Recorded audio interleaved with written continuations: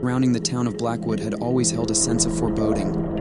Tall, ancient trees cast long shadows, and the darkness seemed to seep from their gnarled roots. The locals spoke of the shadowed Specter of Despair, a legend that sent shivers down my spine.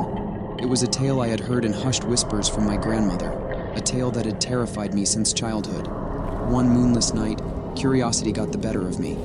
The stories had haunted my dreams for years, and I couldn't resist the urge to explore the darkness that enveloped the forest. With a lantern in hand, I ventured into the woods, the trees looming overhead like ancient sentinels.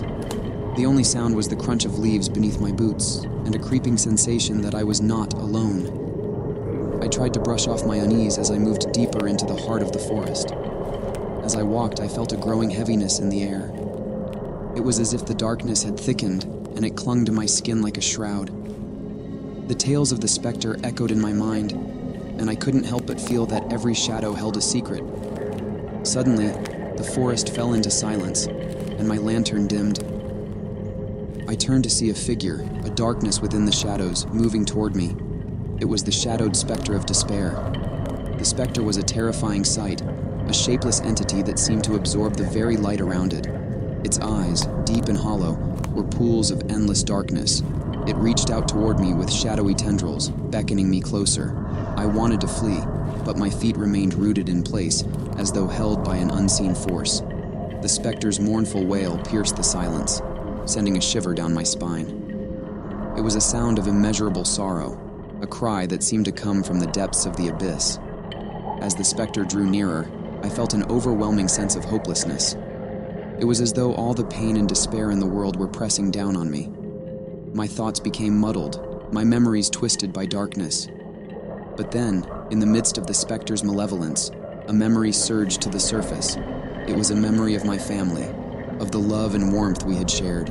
The specter's presence could not extinguish that light, that glimmer of hope. With every ounce of strength I could muster, I fought back the despair, agony as its form began to dissipate, its tendrils recoiling. My lantern, which had nearly extinguished, blazed with renewed brilliance. The darkness lifted, and the forest seemed to breathe a sigh of relief. In the end, the specter vanished, leaving nothing but a haunting echo in the night. I stood alone in the forest, shaken but alive.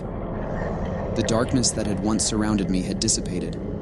As the first rays of dawn broke through the trees, I made my way back to town. The townspeople were astonished to see me return, and I told them of the encounter with the shadowed Specter of Despair. The town had lived under the shadow of the specter for generations, but its reign of terror had come to an end. With my story as a beacon of hope, the town could finally start to heal. The legend of the shadowed Specter of Despair would live on, but it was no longer a curse that haunted us. It had become a symbol of resilience, a testament to the strength of the human spirit in the face of unimaginable darkness. I, too, found solace in the woods of Blackwood. The fear that had gripped me for so long had been vanquished, and I felt a newfound sense of courage. The darkness that had once terrified me had been replaced by the light of hope. And so, the town of Blackwood, once haunted by the shadow of the specter, had become a place of renewal and strength. The legend lived on, but it was no longer a tale of despair. It was a reminder of the power of the human spirit to overcome the darkest of shadows.